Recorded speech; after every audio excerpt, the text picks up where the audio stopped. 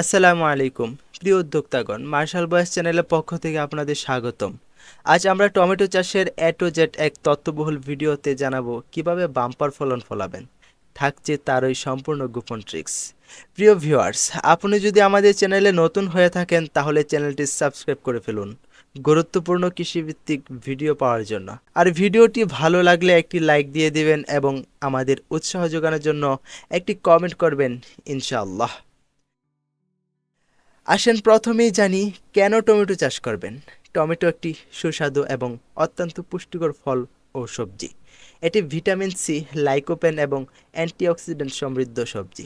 এর বাণিজ্যিক চাহিদাও ব্যাপক, তাই নিজের ব্যবহারের জন্য হোক বা ব্যবসার জন্য টমেটো চাষ একটি দারুণ উদ্যোগ। তাহলে চলুন জেনে নেই কিভাবে শুরু করবেন। সর্বপ্রথম জানাবো সঠিক জাত নির্বাচন। সবচেয়ে গুরুত্বপূর্ণ ধাপ হলো সঠিক জাত নির্বাচন। আপনারা বাজারে বিক্রি করার জন্য এবং নিজেরা খাওয়ার জন্য যে জাতগুলো চাষ করবেন, যেমন মানিক, এটি উচ্চ ফলনশীল এবং রোগ প্রতিরোধী একটি জাত। এর ফল মাঝারি আকারে এবং এর স্বাদ ভালো। বাহার, এ জাতের টমেটো আকারে বড় হয় এবং এর ফলনও বেশ ভালো। এটি বাজারে বেশ চাহিদা সম্পন্ন। লালিমা, লালিমা জাতের টমেটো খুব লাল এবং আকর্ষণীয় হয়, যা ক্রেতাদের কাছে বেশ জনপ্রিয়। এটি দীর্ঘদিন সতেজ থাকে। মিন্টু, এটি দ্রুত বর্ধনশীল এবং আগাম ফলন দেয়। এর ফল ছোট থেকে মাঝারি আকারের হয়। রত্না, এ জাতের টমেটো সাধারণত মাঝারি আকারের এবং এর স্বাদ মিষ্টি হয়। এটি তাজা খাওয়ার জন্য বেশ ভালো। আরও থাকছে উচ্চ ফলনশীল জাত, যেমন সিএসএল 1, সিএসএল 2। যদি শীতকালীন জাত চাষ করতে চান তাহলে অবশ্যই বাড়ি টমেটো 2, বাড়ি টমেটো 3, বাড়ি টমেটো 5 এই জাতগুলো চাষ করবেন।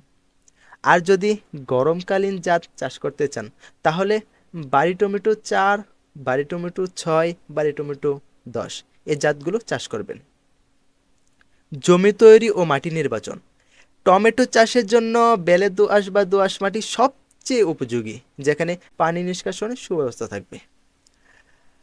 আর অবশ্যই জমি ভালোভাবে 2 থেকে 3টি আড়াআড়ি চাষ দিয়ে মাটি ঝুরঝুরে করে নিতে হবে।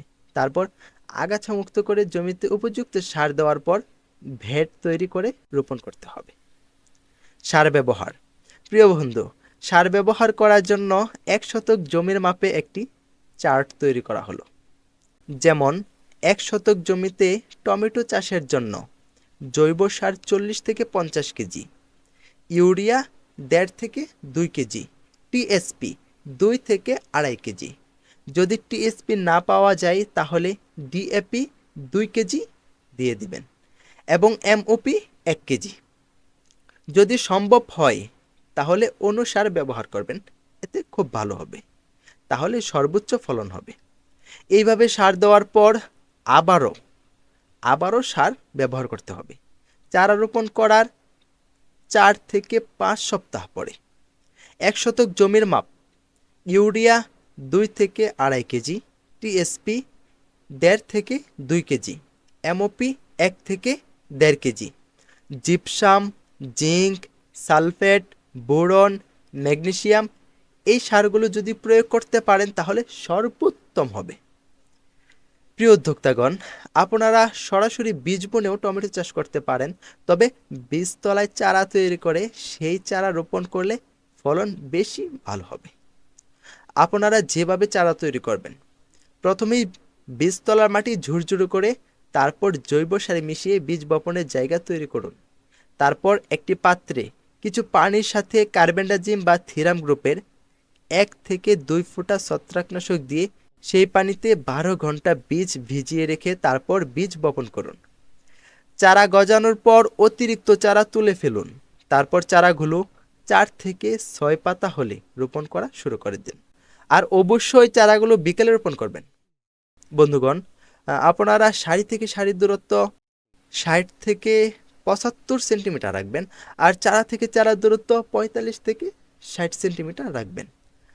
অবশ্যই রোপণের পর থেকে পানি সেচ দেবেন, তবে পানি যেন না জমে থাকে সেদিকে খেয়াল রাখবেন। গোড়া নিয়মিত আগাছা পরিষ্কার করে রাখবেন। টমেটো গাছগুলো বড় হলে নুয়ে পড়ে, তাই খুঁটি দিয়ে ঠেকনা দিন এতে টমেটোগুলো মাটিতে লেগে থাকবে না, সেজন্য ফল রোগ আক্রমণ কম হবে। অতিরিক্ত পাতা ও ডালপালা ছাঁটাই করে দেবেন, বিশেষ করে গাছের গোড়ার দিকের ডালপালা। এতে গাছে আলো বাতাস ভালোভাবে লাগবে এবং ফলনও বাড়বে ও ভালো হবে। রোগ ও পোকামাকড় দমন। টমেটো গাছে বিভিন্ন ধরনের রোগ ও পোকার আক্রমণ হতে পারে। সময়মতো দমন করা না গেলে ফলন মারাত্মকভাবে ক্ষতিগ্রস্ত হতে পারে। যেমন ডলে পড়া রোগ। ডলে পড়া এই রোগটি মাটির ছত্রাক দ্বারা হয়, সেজন্য প্রথমে বীজ শোধন করে বপন করবেন। চারা রোপণ করার পর জমিতে পানি জমে না থাকে এমন ব্যবস্থা করে রাখবেন, তাহলে ডলে পড়া রোগ হবে না।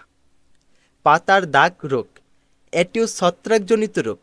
এই রোগ দমনের জন্য ম্যানকোজেব গ্রুপের যে কোনো ছত্রাকনাশক ব্যবহার করবেন। মোজাইক ভাইরাস, এই ভাইরাস একটি ভয়াবহ রোগ। এই রোগ না হওয়ার জন্য সাদামাছি এবং জাপ পোকা দমনের ঔষধ নিয়মিত ব্যবহার করবেন, কারণ সাদামাছি এবং জাপ পোকার দ্বারা এই রোগ হয়। এই রোগ দমনের জন্য যে ওষুধগুলো ব্যবহার করবেন, যেমন ইমিডাক্লোরোপিড, পাইরিপ্রক্সিপ্যান, এইসব গ্রুপের যে কোনো কীটনাশক বিকেলে ব্যবহার করবেন। ফল ছিদ্রকারী পোকা, এই পোকা ফলের ভেতরে ঢুকে ক্ষতি করে, সেজন্য ফেরোমন ফাঁদ ব্যবহার করবেন এবং পোকা দমনের ঔষধ ব্যবহার করবেন, যেমন পাইরিথ্রয়েডস, নিউনিকোটিনয়েডস, ডায়ামাইডস, এইসব গ্রুপের কীটনাশক ব্যবহার করবেন। সম্মানিত কৃষি উদ্যোক্তাগণ, আপনারা অবশ্যই সঠিক সময়ে ফল সংগ্রহ করবেন।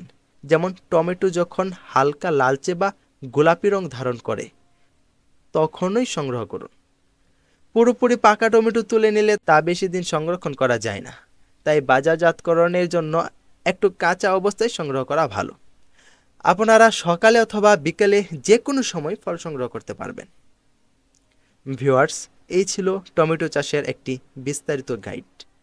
বন্ধু, আজকে এই পর্যন্তই, দেখা হবে অন্য কোনো ভিডিওতে। সে পর্যন্ত ভালো থাকেন, সুস্থ থাকেন। আল্লাহ হাফেজ।